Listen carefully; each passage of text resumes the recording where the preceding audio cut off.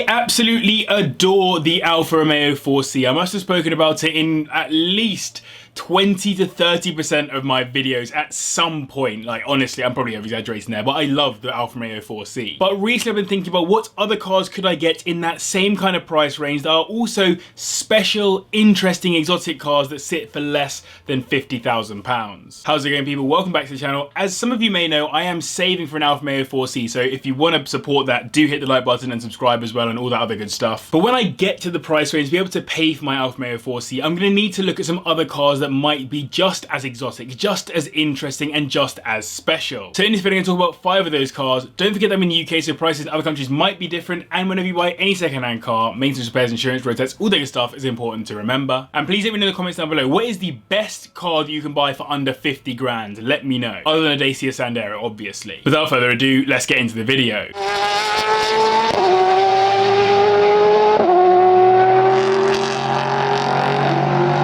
The Porsche Cayman 987 is not a particularly special or exotic car. It's a lovely car, don't get me wrong here, but by no means is it a one-of-a-kind special edition or super exotic car, and if you spend 50 grand on one today, you've been absolutely shagged. The 991 Porsche 911R is, on the other hand, a very special car, of which just 991 were built, and they remain one of the most expensive and sought-after 911s on the market. So then, along a similar vein, the 987 Porsche Cayman R is a well-loved, more expensive and sought after version of the Cayman, which does head on up to and beyond that 50k price tag. What's crazy, there are around about 28 911Rs here in the UK, but in terms of Cayman Rs, there's only around about 95, so it's actually almost as rare as a 911R. It comes with the larger, high-revving 3.4 litre flat-six engine that produces 325 brake horsepower, taking it from 0 to 60 in 4.8 seconds. Not bad at all, considering this is the oldest car on the list. You'll probably know that the RS brand stands for Racing Sport or Rennsport in German, which is the same for when you remove the S. It just becomes racing. So this is the 987 Porsche Cayman Racing, which you can tell most easily on the exterior, normally by the graphics around the car, as well as the very obvious fixed wing that tells it apart from other models. I would say the biggest difference visually though is inside, with the optional carbon bucket seats being an absolute must for spec in my opinion, and there are some other options like the body coloured interior features that I think really pop. It comes as either a manual or auto with the PDK box, and having used PDKs a few times now, I can confirm it's a nice alternative to the manual if you are that way inclined, but manuals tend to be more desirable when it comes to this car, as it's supposed to be the driver's 987. This is evidenced by the fact that you could, from factory, option out the radio and aircon, plus it has other features that help it to lose a bunch of weight over the standard car. It's not only the oldest car on the list, it's the cheapest, coming in at around £36,000 at the bottom end, with 50 grand getting you a lovely example from 2011 with around 35,000 miles on the clock. The Cayman R came in the second half of the 987's life, so is less known for IMS failure, but it is the main thing to look out for. Outside of that, it's already a cherished car by many, so expect to own and drive it as such. Taking fourth is a car that I rarely see on the roads here in the UK, despite being arguably one of the most reasonably priced Lotuses for what it is. The Lotus Evora S was the company's up-to-date foray into the world of Grand Tourers, rather than their usual sports cars come track cars that the business is renowned for, and it has paved the way for their new offering, the Emira. It comes with a 3.5 litre supercharged V6 engine that makes 345 brake horsepower, and it will manage 0 to 60 in 4.5 seconds, and that engine is of course sourced from Toyota, as many Lotuses have been ever since the brand took a more active interest in getting rid of their checkered past for reliability. As mentioned, the Evora was a fresh idea for Lotus, which is shown by the fact that it was the first entirely new car platform since the Elise came out all the way back in 1995.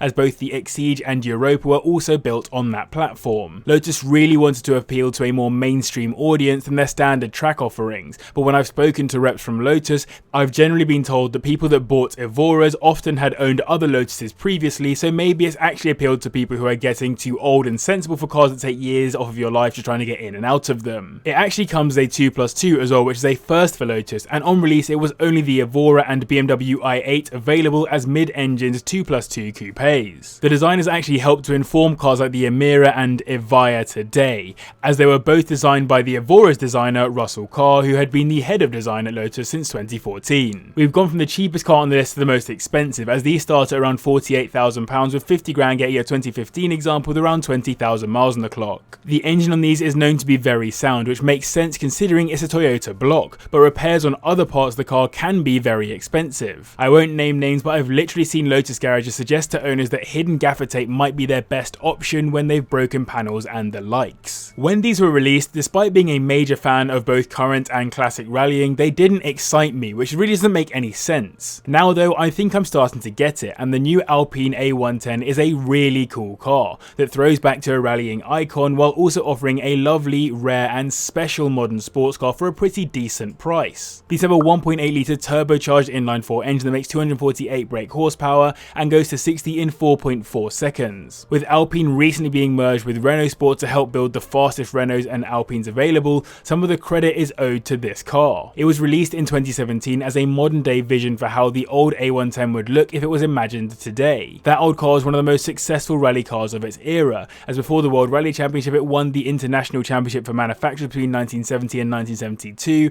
and then when WRC arrived in 1973, it was the first championship winner. Where the factory Alpine team showed up, they usually won, and this really helped to cement the car's iconic status through to today. Those old Alpines now go all the way up into the six-figure region for perfect examples, though some still sit in the same price range as this modern day equivalent. Now the modern Alpine doesn't have the same motorsport success as the old one, but it is still used. It has its own one-make series as well as a GT4 that takes part in the European GT4 series. There's even a rally car version which takes place in its own one-make rally championships. Visually though, the car looks amazing externally as well as on the interior. I actually think it all in, it's one of the most lovely looking cars on this list, particularly from the front, and in the right spec it will definitely turn heads. To get into one of these now you'll need to pay a minimum of around £41,000, and for 50k you'll get a nice 2019 example with 20,000 miles on it. On reliability it's a very quiet story with nothing major to report. Owners and reviewers have both questioned how well the interior is put together though, saying the materials are nicer than a Porsche but maybe not as well assembled. So I hope you guys enjoyed this video. If you are, a reminder to hit the like button if you want to support me on my way to getting that Alfa Romeo 4C or one of these 5 cars one day. And if you like what you see, do hit subscribe as I post 2 videos every single week.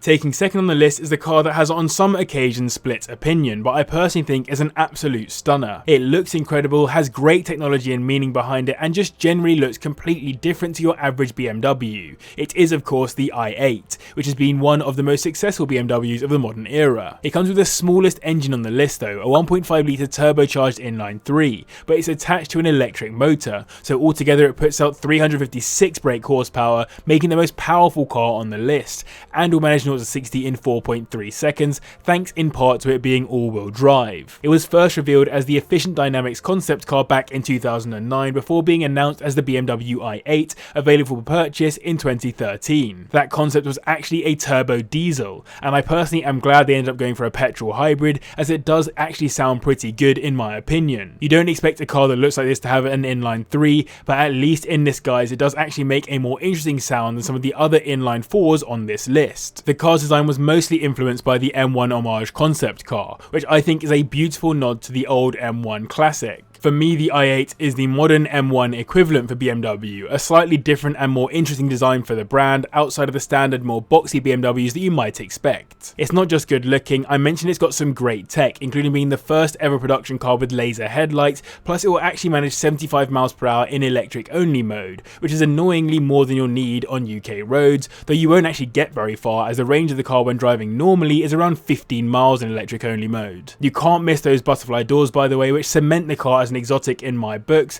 if the other features haven't yet convinced you. These start at around the £40,000 mark today, and for £50,000 you'll be looking at getting a 2016 example with around 30,000 miles on the clock. There have been known electrical issues with these, but outside of that they're supposedly pretty reliable. On top of that, some owners complain about the doors being impractical and the boot being tiny. The Supra name badge is a highly respected one in the car world, with what what can only be described as a cult of followers around it. In the early days, a Supra was a cheap car that could very easily trouble supercars in terms of performance. Just a JDM car that bog standard could go toe to toe with cars worth 10 times the amount and put up a good fight and sometimes even win. Today the Supra represents something slightly different, an homage to the classic with a nod to more modern design, all while trying to keep the JDM fanboys and fangirls as happy as possible. There are a few engine options, with the punchy one being the 3-litre turbocharged inline 6 that makes 335 brake horsepower and gets from 0 to 60 in 4.2 seconds, making it of course the quickest car on this list, so this car isn't just about good looks. As with the GR Yaris, this car comes out of the Gazoo racing pot of Toyota and was the production version of the concept FT1 car. That FT1 is stunning, and I'm glad that the production Supra isn't a million miles off of it, and some people have even argued with me in the past saying that the new Supra is better looking than the concept. Let me know your thoughts in the comments down below which one you prefer. Now there has been a lot of commotion around these basically being new generation BMW Z4s with Supra body stylings, and that's because they came as a result of joint work between Toyota and BMW. The engines are supplied by BMW, which in my head is probably not the right way to do it when Toyota have a miles better reliability record, but who am I to decide? Some people have literally shown that if you plug into the ECU's car, the brand shows up as BMW. But that being said, I still think it's a lovely car, and I personally would happily have one at least for a little while. These start at around £40,000, and considering brand new they're 50 grand, you'll get a highly spec'd used example with around 3k on the clock for that kind of money. Steering wheel shudder, oil consumption and poor paint quality have been the three biggest moans I could find from owners, but as these are so new, we haven't seen the full tale of their reliability. So I hope you guys enjoyed this video. A very quick reminder, let me know in the comments down below what the best car is that you can buy for under 50 grand, and if you're right, maybe one day I'll buy that car. Do make sure you're subscribed, liked, all the other good stuff. Massive thanks to the patrons always for their support, and to you guys as well for watching. I will see you in the next one.